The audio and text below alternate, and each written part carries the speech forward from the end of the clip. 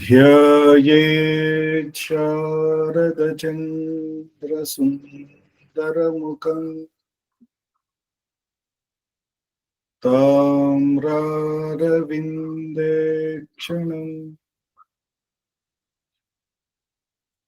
भक्ताभीष्टवराभयप्रदकरम्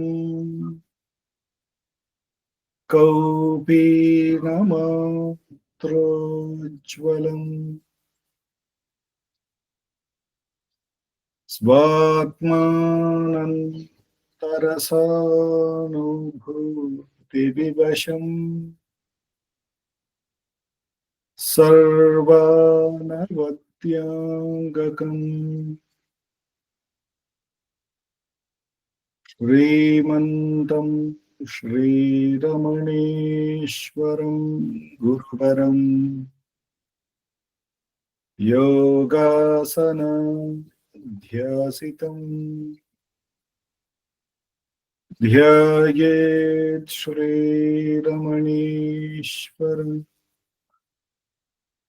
ध्यायेत् श्रीरमणेश्वरम् ध्यायेत् श्रीरमणेश्वरम्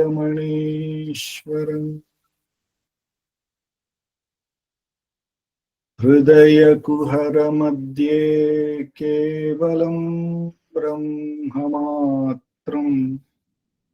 यहमहमिति साक्षातात्मरूपेण भाति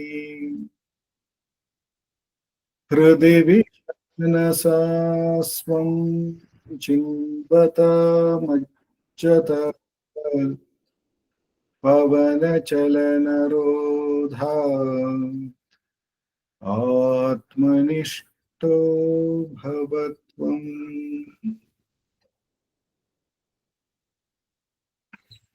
Namo Ramana.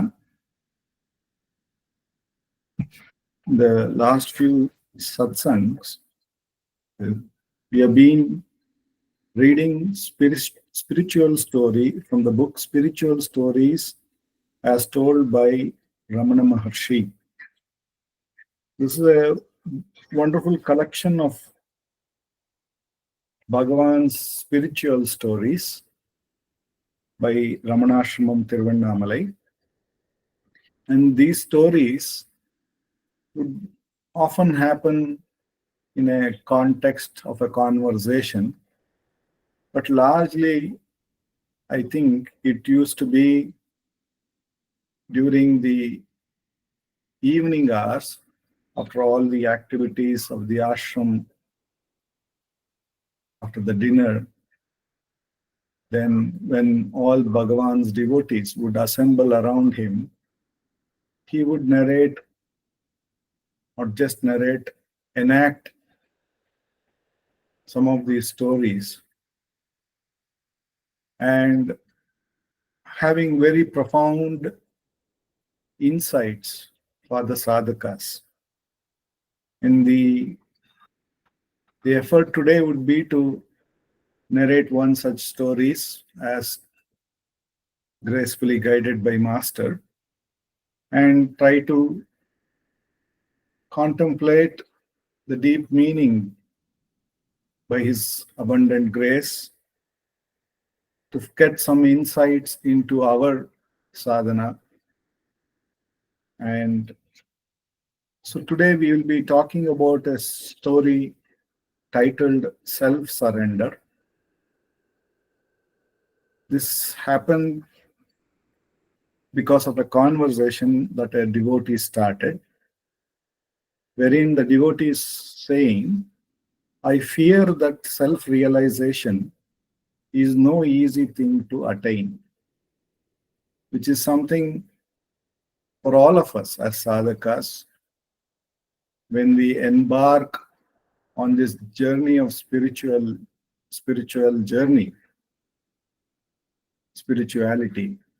we find that the goal seems to be kind of hazy, or seem to be finding it very difficult to contemplate what is it. So We always find that self realization, unlike realizing some mathematics, some algebraic equations, or some scientific knowledge, which all we seems to be much comprehensible. But the self realization seems to be not an easy thing to attain. That's how we find it. And we will see how this story and brings about real making us recognize that it is not true. Bhagavan says, why impede yourself by anticipating failure? Push on. Self realization will come to an earnest seeker in a trice. To illustrate this, Sri Bhagavan told the following story. So here Bhagavan is very clearly categorically saying that for an earnest seeker, self-realization will be like a trice, will be just like that. It just happens. It is not something that we have to prolongly do something to gain. Yes, we need to do something prolongly, which is to let go our ignorance. But the self-realization, because the truth is ever present, just happens in a trice. But the obstruction to that simple truth is our ignorant outlook. And to let go that ignorant outlook, because we don't find ourselves that we are captured in that net of ignorance. We feel very strongly the ignorance is the guiding light for us. To recognize that that is the source of darkness itself takes a lot of time. Therefore, the prolongedness is only to let go ignorance, but not to find out the truth. And the Bhagavan is saying, for an earnest seeker, it happens in a trice. So let us look at this story. The story is about King Janaka. He was listening to some philosophical treatises that are read out to him by some pandits in his sabha. And then in that, the pandit read out that the self-realization can happen so quickly as to one puts a foot in one of the stirrup of a horse, and before he raises the other foot and puts it on the other side, self-realization can come about. Now, this statement or this thing which was read out by the Pandit caught the attention of the king. So he asked the Pandit, please then enlighten me. How can this happen? Or otherwise accept that this statement is false. But the Pandit, being a Pandit, accepted that he is just a bookworm. He has no practical knowledge. However, he was very, very certain that the text cannot be false.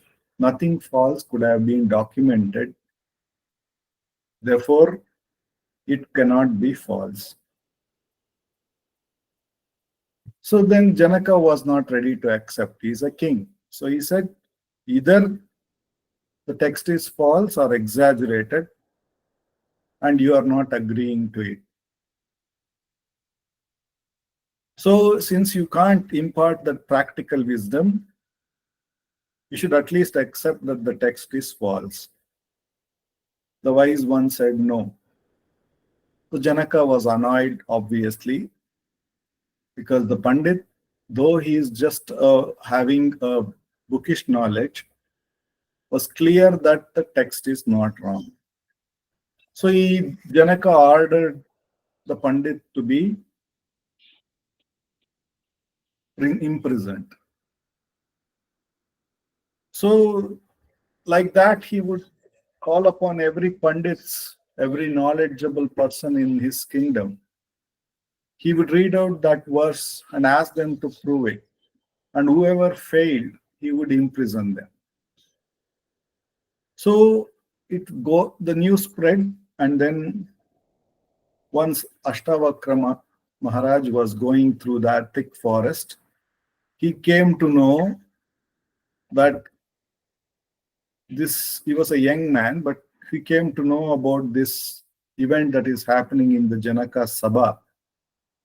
So he wanted to prove that the text is true to the king. Therefore, he came to the kingdom and he said, "There is no doubt, O king, that this whatever is stated in the text is true. I will prove it to you, but plus, before I do so, please release all the pandits that you have imprisoned." The king, looking at the boldness of the Ashtavakra Maharaj, he said, "So be it. Let all the pandits be released." And he said, "Now, please, shall I order my Cynics to bring the horse so that you can demonstrate this?" He said, "No, no, not so fast. There is a relationship that has to be identified between me and you. Right now, what is the kind of relation we have? So you have to accept me as your guru and you have to be a disciple. Then only this knowledge can be given. But that is not the framework in which we are working. You are sitting there as a king, and I am here as one of the members of your dynasty. So please accept me as your guru." And so the king accepts Ashtavakra as his guru. And then the guru says, "Then we need to go now. Since now you have accepted me as your guru, we need to go to a place where only me and you are there, so that there I can impart you this knowledge." So the king decided to go to the forest along with Ashtavakra. And as it happens, since the king is going because of the security reasons, the entire army also marched, the ministers marched along with him. After walking some distance, Ashtavakra said that you need to now let all these people behind and come with me. And the king ordered all of them to stay back, and he started walking with Ashtavakra. And then the Ashtavakra said, "Now for me to give you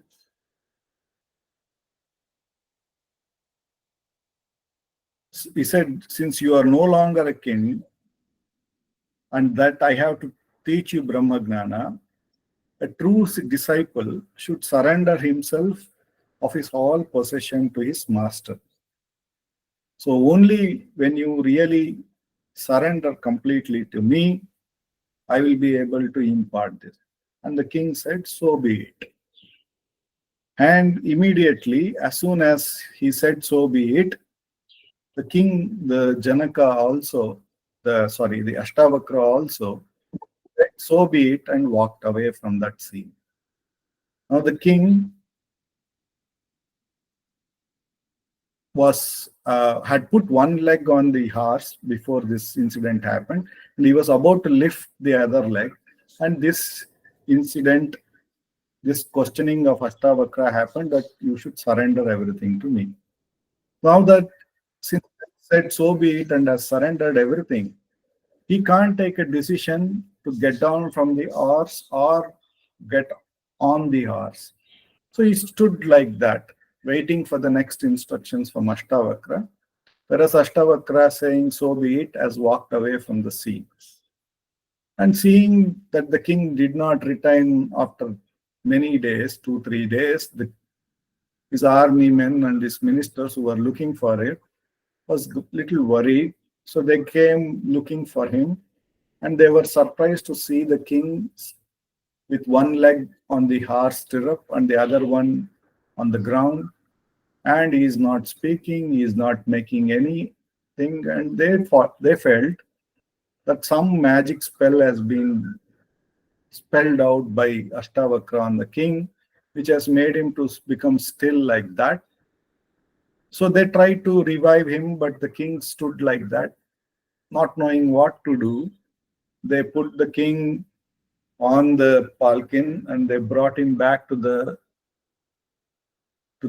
palace, and the minister started to look for Ashtavakra and find him out so that he can undo the spell which they believed that he had done so on the king. Finally, the army found Ashtavakra. They brought him to the palace. They prayed to him that he should undo his spell and not harm their king. Then the Ashtavakra gave the next command. O King Janaka, did I post any spell on you? And then who said, then the next answer from the Janaka comes, who said so?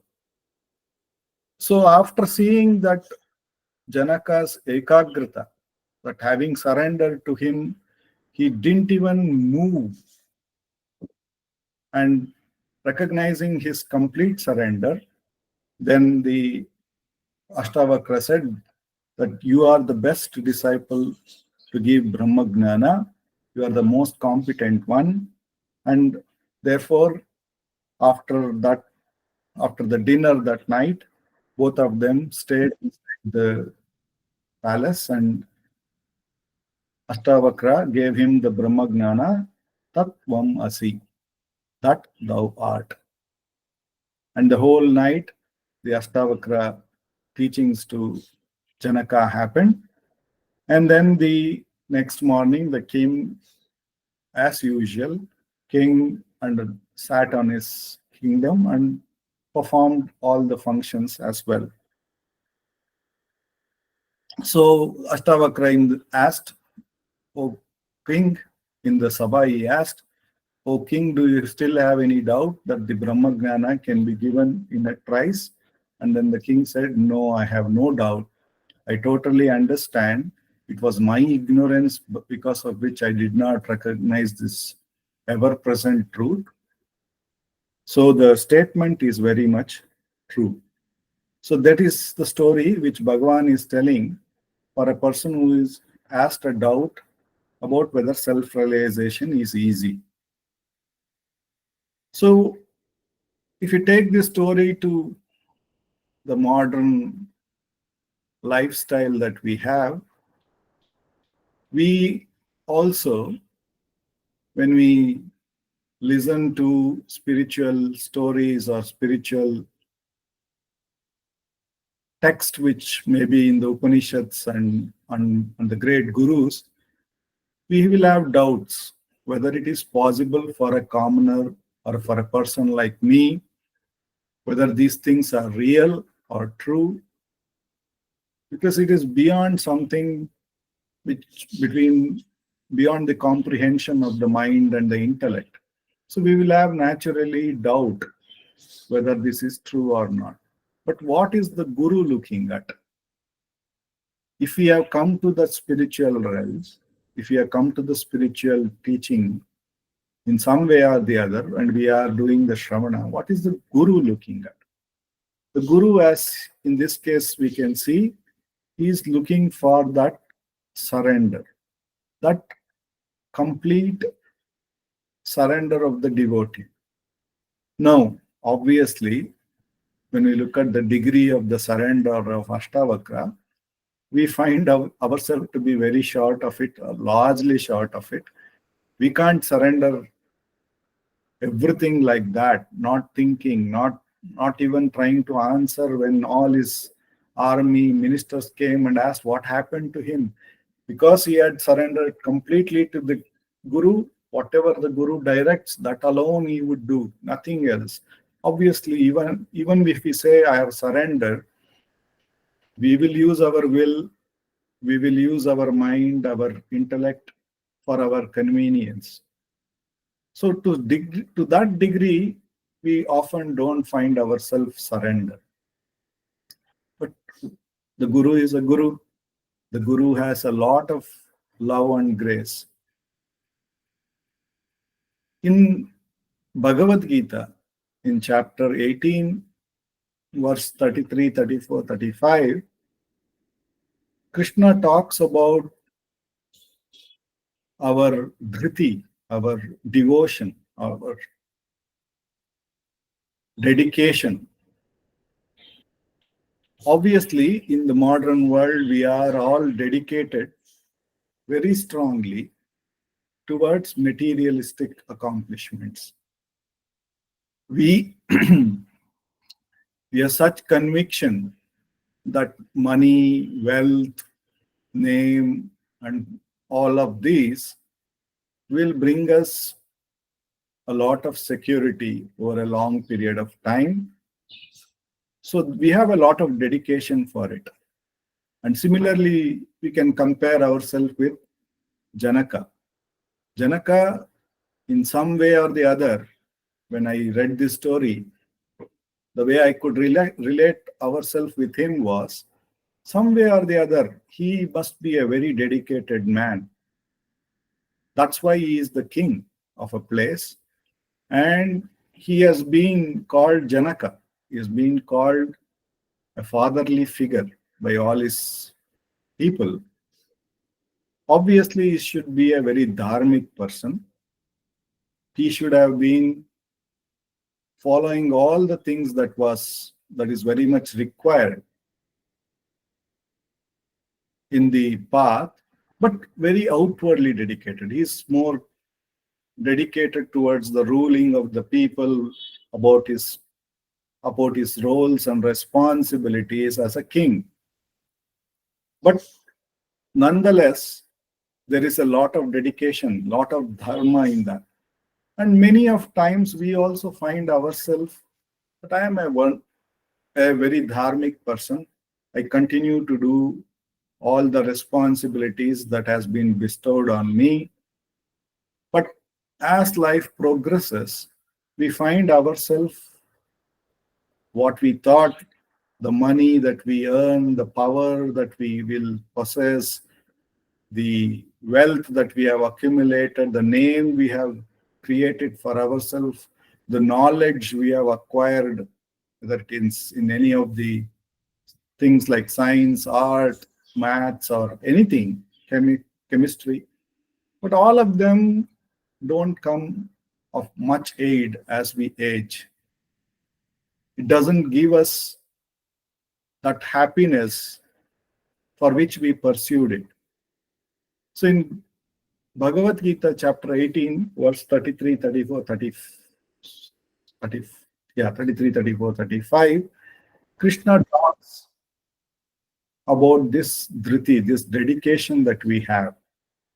And he says there are three types of dedication, dhriti, that we have. One is the sattvic. Some people will have a sattvic dedication.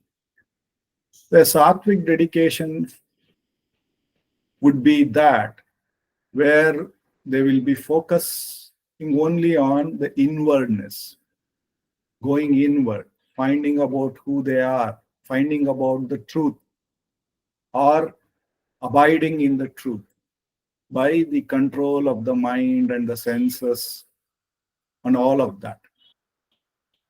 And those, talking about the result of people who practice Sattvika Dhriti, Sri Krishna says, initially they find it very, very difficult.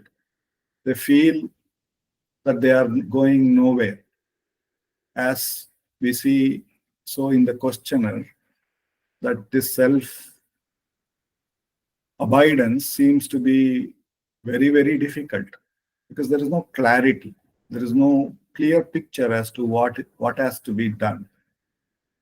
But Krishna says, though it appears like that, Because of their steadfastness, because of their dedication to the antarmukha, being the inward turn, and being continuously practicing it, in the end, they start to gain happiness. And happiness which is not dependent on anything externally. And happiness which just simply keeps on expanding, expanding, expanding. Unlimited happiness. This is how a sattvic dhriti, a person with sattvic dedication, goes about, says Krishna in verse 33 of chapter 18. Then he talks about the second kind of dhriti, dedication, which is the rajasic. In this, we all perhaps who are worldly occupied, we find ourselves to be in this. We rely on our mind, our intellect, our knowledge, and then the take the world to be real, and the karma as a means to achieve and accomplish it. And we earn a lot of money so that we think that tomorrow it will be helpful for us when age kicks in or when something is required. We need that wealth. We need knowledge. We understand that knowledge can take us to greater heights, bring us the name and fame, make us be unique in this society. And all of that recognition and that money we feel is the source of our happiness. And Krishna says that is the path of the Rajasic Dhriti. And it is no doubt the people who are embarked on this path find lots of happiness in the initial stage because they are determined, so they accomplish it. And therefore, having accomplished, they get some happiness when they make money or when they make the name and the fame. But as time goes on, they find that all that they have accomplished is of absolutely no use, and it doesn't come anywhere in that happiness. And Bhagavan Ramana also says, if happiness was there in material, in objects, then if somebody had more objects in this world than me, then that person should have been obviously very, very happy. But we find that that is not so. Happiness, though we work, though we plan, though we have a lot of dedication in believing that objects and then accumulating of the objects, whether in the form of wealth, knowledge, all of this, we find that we are going to get a lot of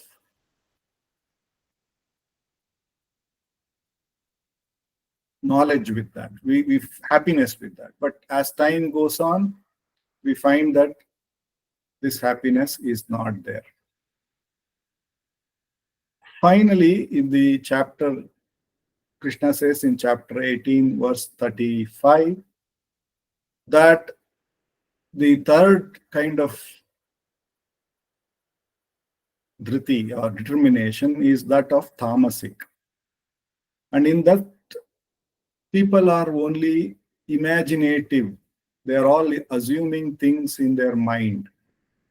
They like being very, very dull.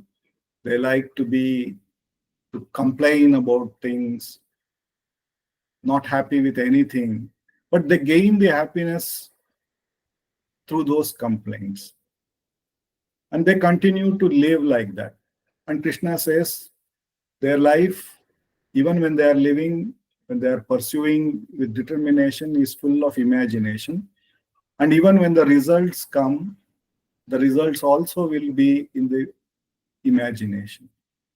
Now, this dhriti, the reason we talked about, and this was very beautifully explained to us after I read this story, and I was trying to see that the dedication of the king is what the guru saw.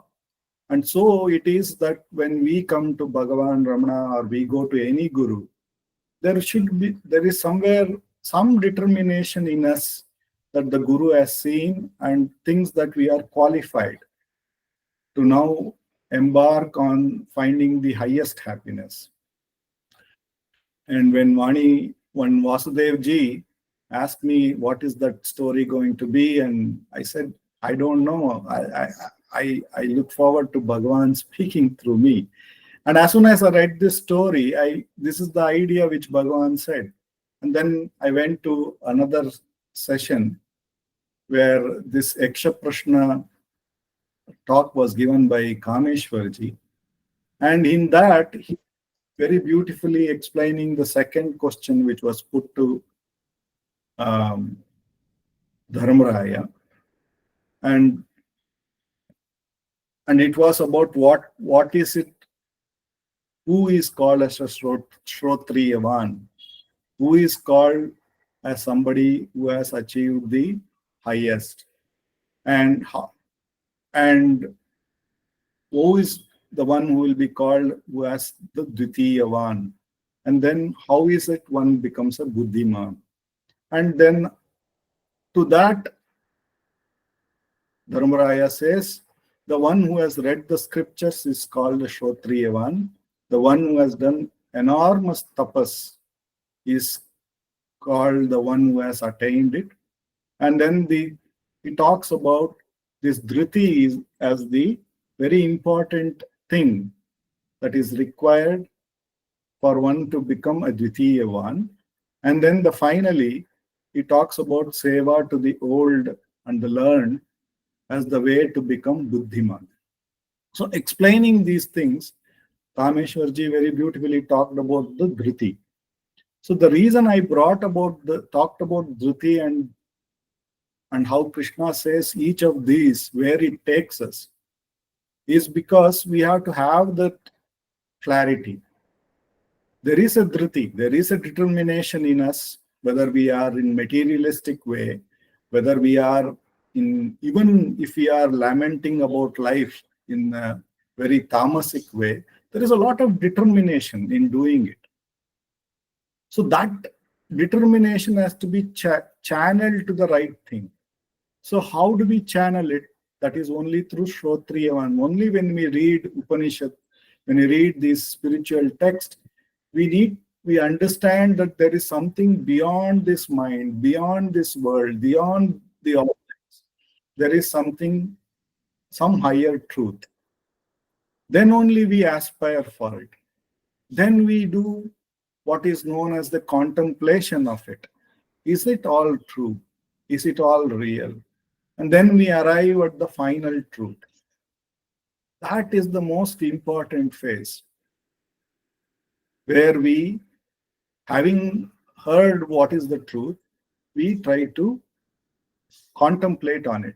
Now, the truth in this context that has been given by Ashtavakra to Janaka is Tat Mam Asi, that thou art.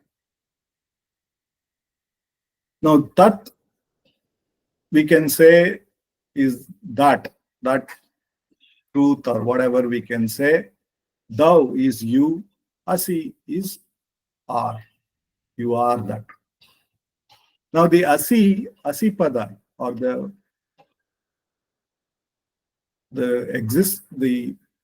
are meaning existence. You are that. You are already that. So this is the most important thing in this Tattvam Asi, this existence. Talking about Tattvam Asi, Bhagavan says that when we look, what we talk about the truth as also as Sat Chit Ananda, the Sat is the what we call as the Adhara. That is where, like, let us say, even in a very simple terms, Sat is existence itself, or if we convert it into if we give an analogy for it, it is like, and we take a fan as the chit, for the chit, which is the mind.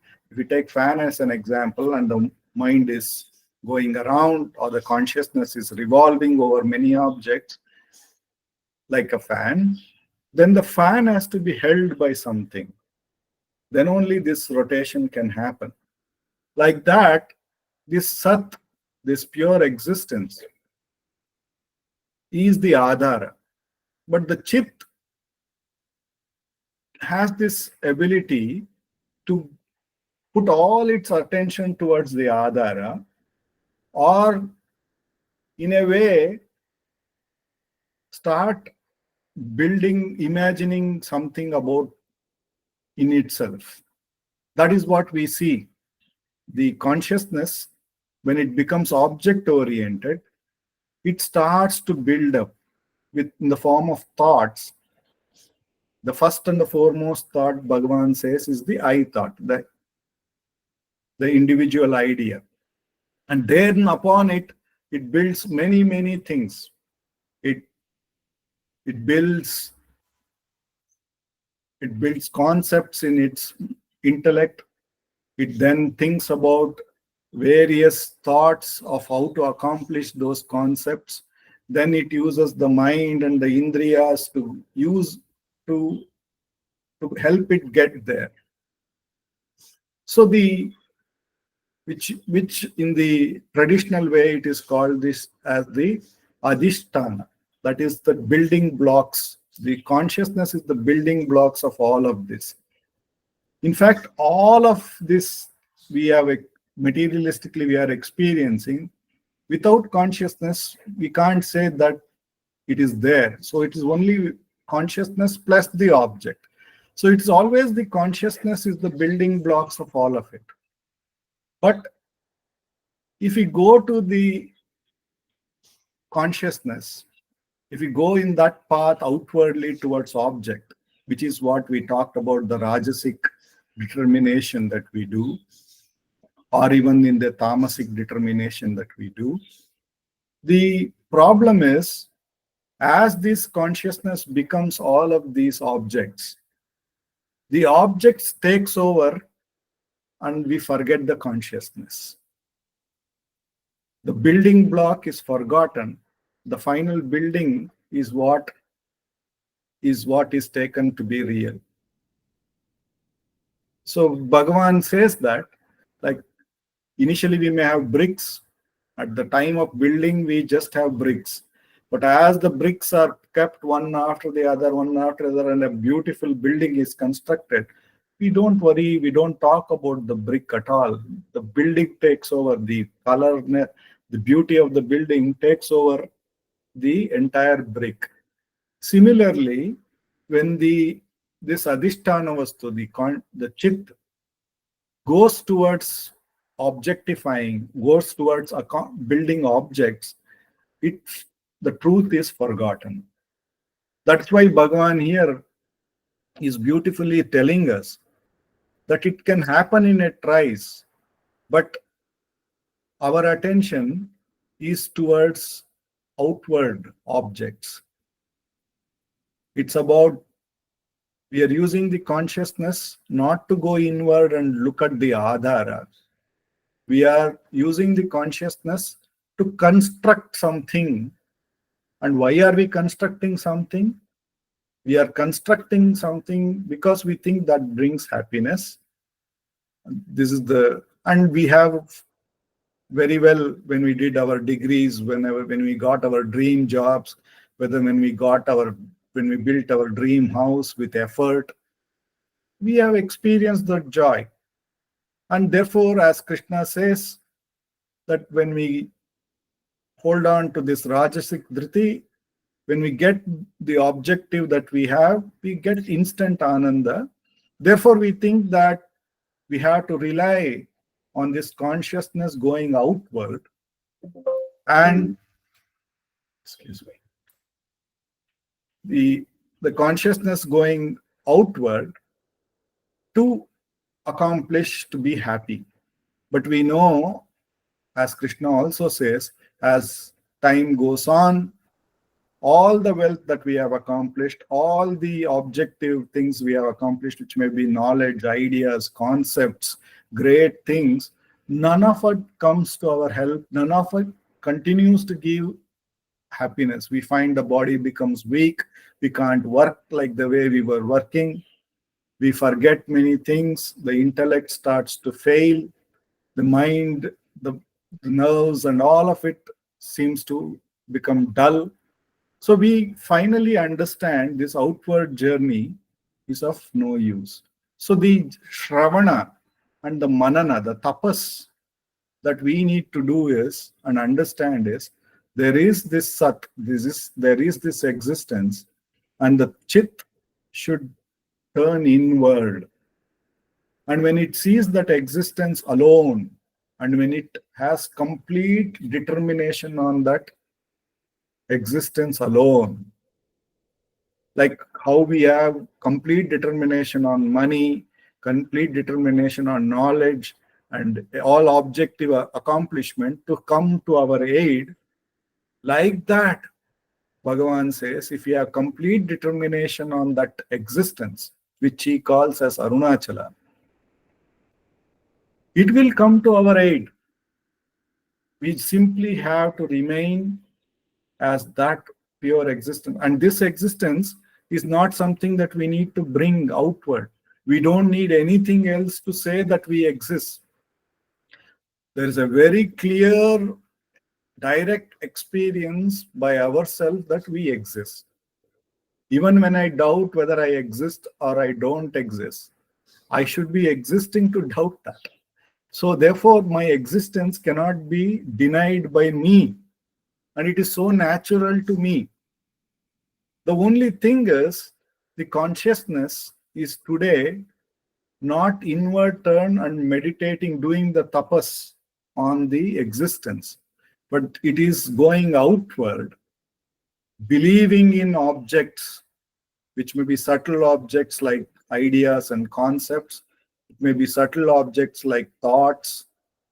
It may be a little grosser object like the body and the indriyas, or more grosser like the wealth and things. It is relying on it to bring ananda. And Bhagavan and Krishna is all saying that this effort, though it may look nice in the beginning, in the end, it doesn't bring about that. So what is it, the spirituality telling? How, where are we? It is, this story is trying to tell where we are wasting our time and energy. So when we are outward turned, and when somebody says Tattvamasi, we think that this is not so easy. We think that it is very, very difficult, because we are still determined to use our mind. We are still determined to use our intellect, still determined to understand things objectively. Whereas, because we are trying to see everything as an object, and that is how our determination is. But once that determination is seen as also a strength that we have, only thing it has to be done is not turn outwards, but turn inward. And towards what? To our own existence. And completely, Bhagavan says, rely on that pure existence. That existence, if we remain as what we are, that pure existence, that takes care. And initially we may find, what is the use? As Krishna says, the Sattvika Dhriti, we may not see any quick result. But as and more and more and more we practice it, we understand the expanse of peace. We understand whatever is happening in the world out there, whatever is happening in the mind, whatever is happening in the intellect, whatever is happening to the body, really doesn't disturb me at all. My existence neither increases nor decreases. It is like the Ajyadhara, it is constant. And there is never a time that I am known to become non-existent. But when I turn towards the body, I know that the body will age. There will come a time where it will become non-existent. and therefore I feel fear. I have all these things. But moment I see my own existence and I see that is me, and I have complete determination towards it, the more and I more practice about it, it becomes more and more clear that it is the truth in the trice. That is what it is. Here and now, I did not have to do anything to bring about my existence. It was de facto given to me. It is actually my natural truth. Only because I was holding, I ignored it. Because, as I said, when the building blocks are outward turned, we forget once the building is done. So once the thoughts build up ideas, concepts, body, world, everything. And Bhagavan very beautifully demonstrated in our dream. In dream, there is no world, obviously. But all of the dream world was created by whom, he says. Where we feel that we went to Mumbai, we had a conversation with somebody who had passed away. All of it was built and it all looked real in the time when the dream was happening. So how did it all come about? So it was consciousness using thoughts as the building blocks, which is also nothing but consciousness only. It built an imaginary world. It built the imaginary person who was not there in the real sense, in the worldly perspective. And it had all the conversation. And in all that conversation, the one who spoke, the one who listened, everything was the same consciousness alone. But it forgot about itself. The dream was so real. The events in the dream was so true that it totally consumed the consciousness. So if you go outwardly, even though this truth is so simply available, it is consumed by this outward thing, like the building consuming the brick. The whole of the materialistic world, all of these ideas and thoughts, body, everything eventually consumes the truth. Therefore, we find that the truth is something very hard to do. But here, Bhagavan is saying, Tattvamasi, you are already that. Just turn your attention to that truth. Start doing the tapas. As Dharmaraya says, that after learning about the truth, after doing the Shravana, contemplate on it. Do the tapas. Again and again, go back to who you are. That's why Bhagavan has used to ask, whatever thoughts which used to take us outward, he would ask, inquire to whom is this? The answer would be for me. Then inquire, who am I? And when I question who am I, not trying to find again an answer mentally, because that is again outward turn, more about finding out what do I really say as I. When I go within and look for it, I'll find that this I is nothing but pure being, that pure consciousness, which is unaltered, whether it is waking, dream, or sleep. I am aware of the waking, I'm aware of the dream, I am aware of the sleep. I am aware of the presence of the object in the waking and dream. I am also aware of the absence of the object in the sleep. But I am there. I am always there.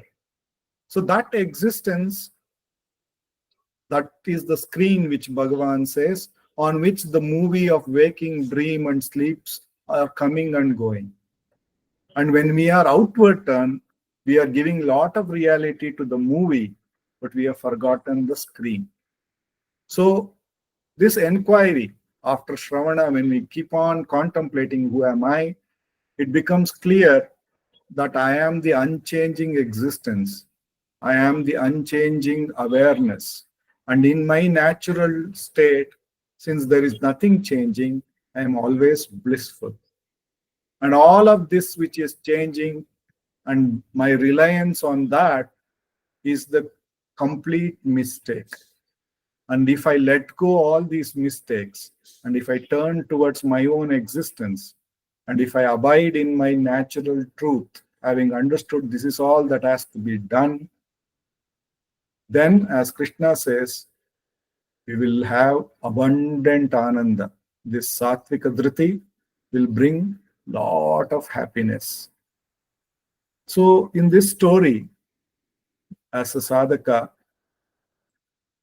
and for sadhakas, Bhagavan is revealing that truth which we thought is somewhere else. He is saying it is so simple, so readily available, so natural to us.